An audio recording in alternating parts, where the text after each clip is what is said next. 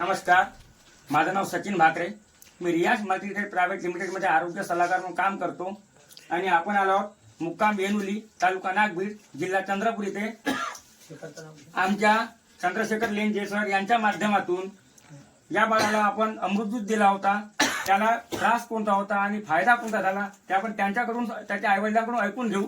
नमस्कार, तुमचं नाव सांगा. संगीता संजय झोडे. त्याचा विचार.